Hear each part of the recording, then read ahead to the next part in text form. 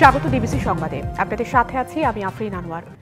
রাজধানীর বনশ্রীতে ৭ বছরের শিশু ধর্ষণের মামলায় গৃহশিক্ষক জাহিদুল ইসলামকে মৃত্যুদণ্ড দিয়েছে আদালত। বুধবার ঢাকার নারী ও শিশু নির্যাতন দমন ট্রাইব্যুনাল ৩ এর বিচারক রোকসানা বেগম হ্যাপি এই রায় দেয়। মামলার নথি থেকে জানা গেছে ২০২১ সালে রাজধানীর খিলগাঁওয়ের বনশ্রী এলাকায় একটি বাড়ির নিরাপত্তা কর্মীর বাসার গৃহশিক্ষক জাহিদুল ইসলাম তার ৭ বছরের শিশু কন্যাকে আরবি পড়াতে গিয়ে ওয়াশরুমের দরজা বন্ধ করে ধর্ষণ করে। এ ঘটনায় খিলগাঁও থানায় একটি মামলা দায়ের করা হয়েছে। রায় শেষে রাষ্ট্রপক্ষের আইনজীবী বলেন, ভুক্তভোগীর পরিবার ন্যায় বিচার পেয়েছেন। তবে আসামি পক্ষের আইনজীবী বলেন, রায়ের বিরুদ্ধে উচ্চ আদালতে যাবেন তারা। শিশু বাচ্চা তাকে সে আরবি প্রাইভেট পড়াইতো। আরবি প্রাইভেট পড়াইতে আইসা ঘটনার দিন সে ঘটনাস্থলে ভিকটিমের বাবা মা না থাকায় ওই সুযোগে সে দর্শন করে। বাদী, ভিকটিম, আয়ু, ম্যাজিস্ট্রেট, ডাক্তারসহ আমরা ১০ জন সাক্ষী বিজ্ঞ আদালতে উপস্থাপন করি এবং মামলাটা প্রমাণ করতে আমরা সক্ষম হই।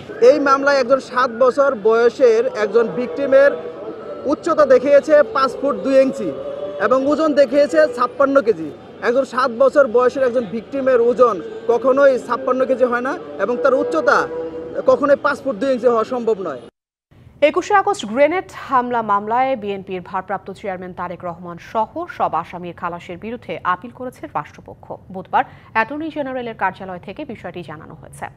এর আগে গত ১ ডিসেম্বর ২১শে আগস্ট গ্রেনেড হামলা মামলায় সব আসামিকে খালাস দেয় বিচারপতি AKM আসাদুজ্জামান ও বিচারপতি সৈয়দ এনায়েত হোসেনের হাইকোর্ট বেঞ্চ। এই মামলায় ১৯ জনকে মৃত্যুদণ্ড, তারেক রহমান সহ ১৯ জনকে যাবজ্জীবন কারাদণ্ড দিয়েছেন বিচারিক আদালত। ২০০৪ সালের ২১শে আগস্ট ঢাকার বঙ্গবন্ধু এভিনিউয়ে গ্রেনেড হামলা হয়।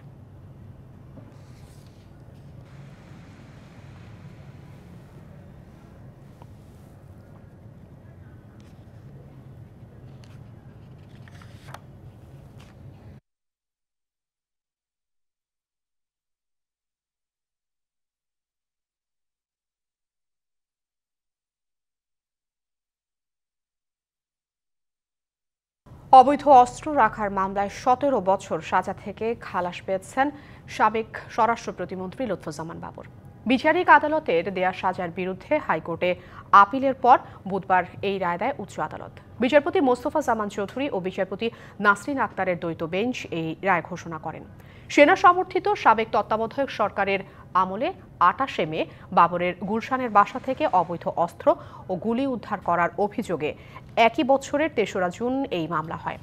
একই বছরের ৩০শে অক্টোবর ঢাকা মহানগর ৯ নম্বর বিশেষ ট্রাইব্যুনাল আদালত বাবরকে ১৭ বছরের কারাদণ্ড দেন। এই রায়ের বিরুদ্ধে তিনি হাইকোর্টে ২০০৭ সালে আপিল করেন। ঋণের নামে আইএফআইসি ব্যাংক থেকে সালমান এফ রহমানের ২৩৭৫ কোটি টাকা আত্মসাতের অভিযোগে ব্যাংকের ডিএমডি শাহ মঈনুদ্দিন সহ ৪ জনকে জিজ্ঞাসাবাদ করেছে দুদক। এছাড়া যুক্তরাষ্ট্রে ৯টি ফ্ল্যাট সহ ৬৮ কোটি টাকা অবৈধ সম্পদ অর্জনের অভিযোগে সাবেক সংসদ সদস্য আব্দুস সোবহান গোলাপের বিরুদ্ধে মামলা করেছে সংস্থাটি। দুপুরে ব্রিফিংয়ে এই তথ্য জানানো হয়।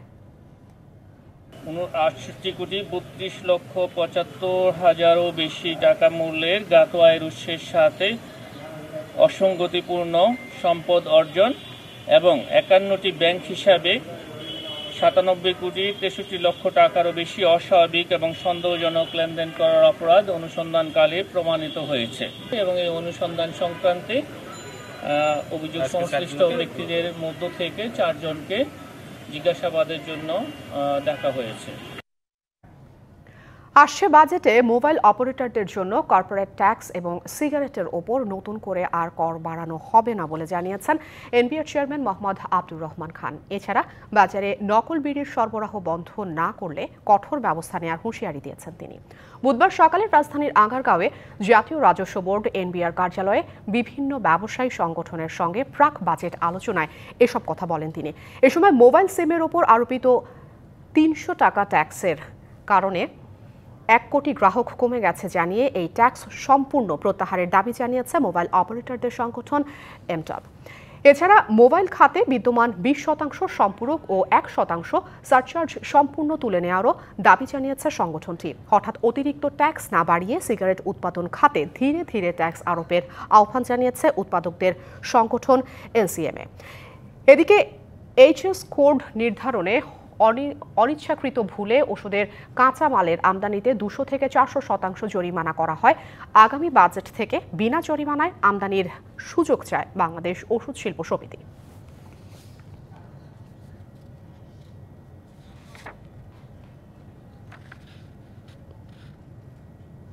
ব্যবহার পাই তাহলে আপনাদের বিরুদ্ধে আমরা অত্যন্ত কঠোর ব্যবস্থা নেব। প্রয়োজন আমরা নতুন আইন করবো শুধু বিড়িওয়ালাদের।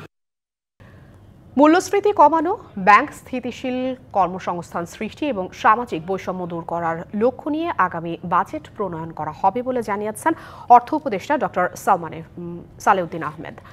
বিকেলে ইলেকট্রনিক্স ও প্রিন্ট মিডিয়ার সিনিয়র সাংবাদিকদের সাথে 2025-26 অর্থ বছরের বাজেট সংক্রান্ত মতবিনিময় সভায় এসব কথা বলেন তিনি।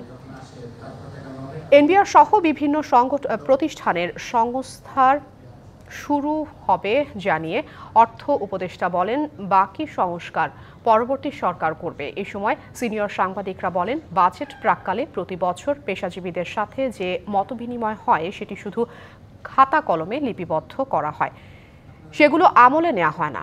এছাড়া ব্যক্তিগত করমুক্ত আয় বাড়িয়ে 5 থেকে 6 লাখ টাকা করার আহ্বান জানান সিনিয়র সাংবাদিকরা। ক্ষুদ্র এবং মাঝারি উদ্যোক্তা বাড়াতে তাদের ঋণ পাওয়াতে যে জটিলতা তা পরিহারের আহ্বান জানিয়ে সামাজিক নিরাপত্তা ভাতা ন্যূনতম 5,000 টাকা করার দাবিও জানিয়েছেন। ইলেকট্রনিক্স মিডিয়ায় বেতন বৈষম্য দূর করতে ওয়েস্টবোর্ড করার কথাও উল্লেখ করা হয়েছে। ডিএফপির সাপ্লিমেন্ট এবং বিজ্ঞাপন আন্ডারগ্রাউন্ড পত্রিকা পায়, যেটি সরকারের কোনো কাজে আসে না জানিয়ে সেগুলো ইলেকট্রনিক্স মিডিয়া যেন পায় সে বিষয়ে ব্যবস্থা নেওয়ার আহ্বান জানান সিনিয়র সাংবাদিকরা।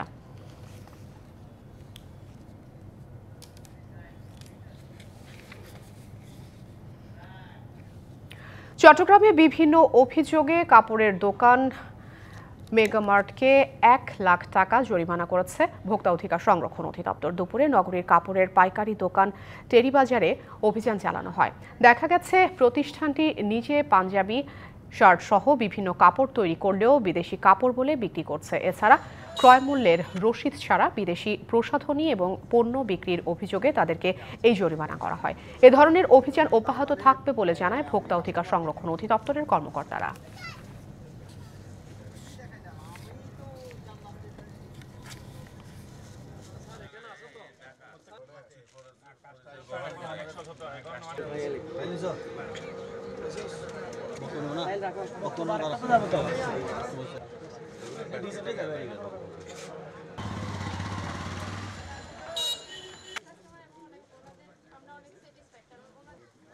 থেকে আসছে যেহেতু এটা মেড ইন ইন্ডিয়া বলবেন, তার মানে আপনি কাস্টমারকে কিন্তু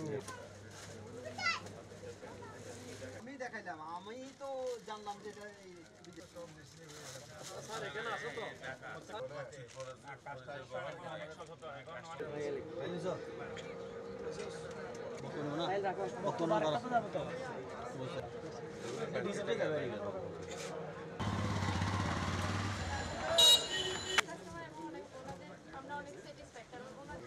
ইন্ডিয়া থেকে আসছে যেহেতু এটা মেড ইন ইন্ডিয়া বলবেন, তার মানে আপনি কাস্টমারকে কিন্তু আমি দেখাইলাম, আমি তো জানলাম যে এটা সংবাদ এই ছিল এখনকার মতো।